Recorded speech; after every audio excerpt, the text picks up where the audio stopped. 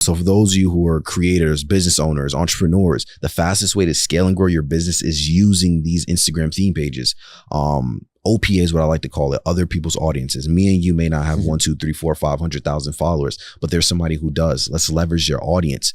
Pages like The Shade Room, Wealth, Spiritual Word, Puberty. These are all faceless Instagram pages that literally where they make the bulk of their money is advertisements from people like you and I, business owners like you and I, paying to get posted on their page. So after you pay to get posted on a page, what you'll realize is you can promote your products and services. You can generate revenue. Well, let's say you're the person using the page. That's one way, is actually making money from using the pages. And then obviously the other way is making money from owning the pages. And when I started owning my own pages, because I realized I was sending these people tens of thousands of dollars. And I looked at that in my end of year statement. I paid these theme pages over $100,000 to promote my stuff. Now, keep in mind, it was extremely profitable. So it really worked. But I said, hey, like, what if I own my own page and instead of me paying people to post my stuff, what if people pay me to post their stuff? And on top of that, I can post my own brand on my own page whenever I want. So I did just that. I got an Instagram theme page. I bought one because I figured it was a lot faster. Had like 49,000 followers, paid $6,500 for it. I used a 0% interest credit card, so it came no money out of pocket. By month 3, I made my initial investment back. By month 4, I was consistently making $10,000 a month with the page. And then what I was doing, and when I'm saying $10,000 from the page, I'm not even talking about the side of where I'm promoting my own stuff. I'm talking about just off of people paying to get posted on my page. And then when I integrated my own stuff, I started making even more money because then I started posting posts. And I made it look so organic. It was like, hey, like I would throw in my own brand, my own business. You see how I have 189,000 followers? Yep. Over 100,000 of those followers came from theme pages, like using them. It's super powerful. And when you own a page, it's so easy to integrate your own brand. Yeah, man, that's so much game right there, bro. It's crazy. Like when I hear these different strategies that people use to create this, it's like, you're just telling me what I've seen before. Yeah. Like I've seen it over and over again. Yeah. I keep seeing it. Like I've seen these basketball pages. Like Bleacher Report doesn't have a page, like a person's face that's tied to it. Exactly. Somebody's making some money on it. Even when I think about it, you mentioned the Shade Room, right? Every so often from Shade Room or like a Hollywood Unlocked, there's a post about, hey, if you want promo, DM me. Exactly. And so like those are those opportunities that you getting to monetize and build on. That's wild, bro. Like exactly. In the Shade Room, fun fact. Yeah. The Shade Room, in an article that I found online, one of the investors in the Shade Room actually confirmed that they made 8 figures in a single year just from advertisements, with 90% of their revenue coming from advertisements. This is posting other people's stuff. So if you go in the Shade Room right now, I don't know when you're watching this. I don't know if you're watching this today. I don't know if you're watching this 2-3 months from this being recorded. Yeah. But if you're watching this, I guarantee if you go to the Shade Room right now, you can even pull it up. You go to the Shade Room right now, I guarantee you're going to see Fashion Nova at least 3 times within the last 24 hours on their page. Yep. I tell people this all the time. I feel like Fashion Nova, and obviously they probably have some contracts, so like they don't disclose this. I guarantee Fashion Nova is paying them at least $2-3 million a year just for that attention. It has to be. Like it's a ratio of like 2 to 3. Every 2 posts, we're gonna put out 3 Fashion Nova. Exactly. And the crazy thing is, in 2021 or 2022, I forget what year it was, don't quote me on it, but Fashion Nova was one of the fastest growing online retail brands, and their #1 marketing strategy was using influencers and using these big theme pages, and people don't realize it. Yeah. It's insanely crazy when you think about, like, attention is a new currency. Yeah. If you can cultivate and get that attention on this one digital asset, this one Instagram theme page, people will pay you some serious money just to post their brand on your stuff. No, man, like, you know, when you really think about it, it's nothing new. Nah. They're doing with something digital like an Instagram platform what everybody did with like their clothing. Yeah. Right. Like I had a friend, you know, way back, like maybe like 10 years ago now, he had a hat, the retired drug dealer hat. Yeah. All right. It looked like a military hat, but it was retired drug dealer. And they photoshopped Jay-Z wearing it and put that picture out with no intention of selling the hat. Yeah. They made the hat for themselves and then photoshopped him in it. That's fire. It went viral, went crazy. One of Jay-Z's like designers asked for him. He actually wore him. Really? And then, I mean, those hats still make money. That's crazy. Like it was wild. Like the It's success attention. he was able to. He ended up in Forbes Attention because is of the new that hat. currency, And man. so this is the same thing. Like this is using a platform and creating these themed pages because it's so niche. It's extremely niche, and so you can get, like you said, there's so many people on the platform, and that's why I try to tell people, even that are in our creator program, if you think that you got nothing to say, you're wrong. If you think that you got nothing good to post, you're wrong. Right? There's an audience for you somewhere.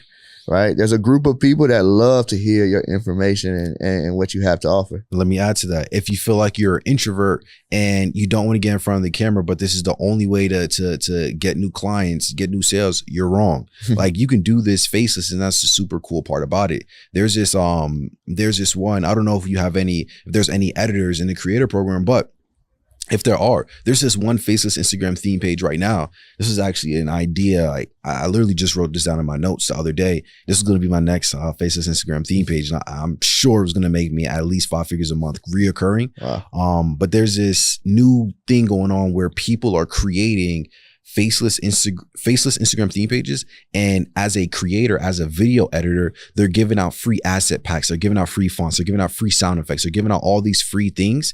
But the videos are so trending, they're so catchy, they hook you in so well that not only does the person that's behind this page have over like 60,000 followers in only 4 months, but I guarantee he's making at least 5 figures a month reoccurring just off of people like myself who want him to edit their videos. Because I remember I reached out to the dude. I was like, yo, you give out all this game, like I want you to edit for me, because obviously he's knowledgeable. Right.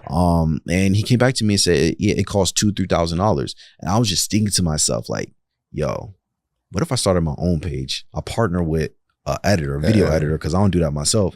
I put my Instagram theme page sauce on it. And they just posted content. That is literally a cheat code. If there's anybody that's thinking about starting a short form content agency, don't worry about it. Don't worry about it. It's done. Don't worry about it. That offer's off the table. All right.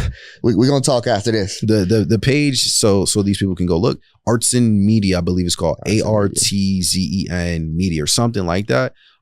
Going crazy. You don't ever see this guy's face. You don't even hear his voice. He's using AI voiceovers or something to create the videos. He's going crazy with it, but that just shows you that there's ample opportunity. There's no excuse for somebody to go out there and not want to start their business or not knowing how to get sales or garnish new attention to their business. There's absolutely no excuse. No, dude.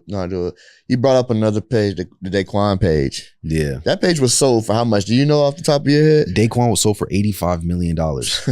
Do we know who bought it? Warner Music. It's a music label. Yeah, I knew it was a label. It's crazy. $85 million. And it was just memes. It was just memes. But the crazy part about it is they created a free Instagram account. They posted 2 to 3 times per day, posted something that they loved, which is memes.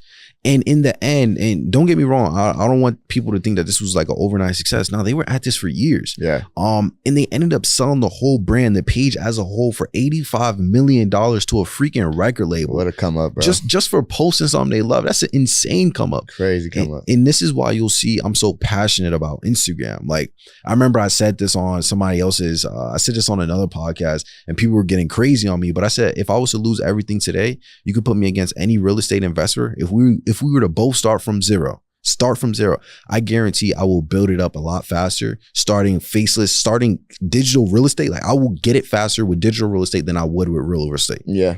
That's my personal opinion. That's my personal take. There's going to be a lot of people in real estate to hear this. Hey, man. Y'all leave in the comments what y'all think about that. But no, I saw that and I was going to bring that up because it was a moment where I was like, okay, he's talking now. Like now we shooting. But I love it because the confidence, one, right? And because you've done it time after time, seen it time after time, you understand what it takes to even get there. And I can tell like the knowledge is there, right? Like you know what it takes to do it. But here's my question for you, because I'm also, I understand that we don't own any of these, like we call them our platforms, and we don't own any of the platforms. No, 100%. What's your fail safe for if the platform goes down, if the platform kicks you off of everything? That's a good question. Yeah. What's the fail safe for it? Number one, if the platform goes down, one thing that won't go down is social media. I mean, this is how people connect to people. Social media is actually relatively new. When you actually look back and when it really first started, it's relatively new. So even if Instagram was to go down today and MySpace was to come back, I'm going to MySpace. If MySpace was to go down and TikTok took off, I'm going to TikTok. And you feel like you can do the same things. 100%. The thing about theme pages is it's not just specific to Instagram. These pages have been around for years, far before I even knew what it was, probably far before I even knew what it was, but it's always going to be on social media platforms because at the end of the day, think of it like this. People always have desires. People always have things they're interested in. I don't care if you put me on Instagram. I don't care if you put me on Gram. I don't care what it's called. You can literally put me on that platform. And if I'm a sports enthusiast, I'm going to find sports pages that post sports highlights. You can't take that away from me. I'm going to find, there's always going to be pages like this, pages on these platforms, even if we don't own it, that actually post the content that people love. So number one, to answer that question, Instagram can get deleted today. And there's going to be another social media platform that people are moving on to. And I guarantee you I'm moving with them. To answer your second point, what is your fail-safe, right? So I'm at the point where I have connections for like anything Instagram related. I'm being just transparent. Like a lot of things Instagram related, I have connections to. Like for example, relationships. Relationships is everything. So for example, we sold this Instagram theme page for $110,000. 2 months after we sold it, it got taken down. Like it got deleted. And I was like, yo, but within, I think a couple of weeks, I got that account back for them, for the new owner. I got it back because of relationships, connections, it's everything. So to answer that point, relationships and connections is what makes me feel safe at night, because at the end of the day, I understand and I know, hey, I don't own this platform. Hey, I don't own YouTube. I don't own TikTok. I don't own any of this. It can be taken away from me. But what I do know is I'm confident in my ability to get it back with my connections and relationships. No, absolutely. And just to go to that point, you know, because I know this community is going to have a lot of people in real estate that's going to be like, Justin, who's this guy he's talking about, right? I just think like right now, like there's going to be a point because you're going to make a lot of money doing what you're doing. You're going to get into real estate. No, 100%. Like, you know what I mean? Like 100. He's not saying that. Like he's not. This is no diss to those guys that are investing and killing in that space. He's just talking about speed. If you want to do the thing with the least path of resistance, this is one of those activities that you can partake in and really work at. Exactly. Right? So this is digital real estate. Don't get me wrong. I will always take real estate dirt in the ground over digital real estate in terms of long term, in terms of wealth, because wealth is long term. Wealth is generational. This is just something that's right now. There's a difference between getting rich and getting wealthy. That's right. This will get you rich. This won't get you wealthy. Digital, like actual real estate dirt in the ground will get you wealthy. But to clear up any confusion for anybody that probably thinks that if I was to lose everything today, I will start in digital real estate, take that and then get into real estate. Absolutely. I think that's where we all stand. Anybody with a brain stands there, right? But yeah, so I got some more questions for you. I don't want to hold you too long, but I find interesting that you so young found a space in this media where you are able to not only make good money, but you're able to speak on it and you're not afraid of any competition that may come from it. Because there's so many pages, I'm sure you have the belief, like it doesn't matter. Like there can be 10 basketball pages that have 1 million plus followers. But I think the separation is also the business side.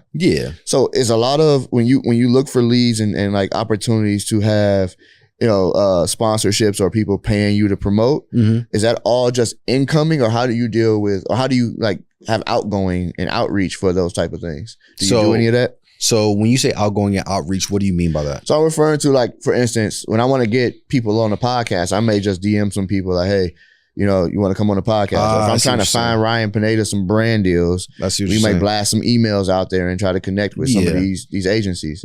So in terms of outgoing, can you do that? Absolutely. So we had this AI page.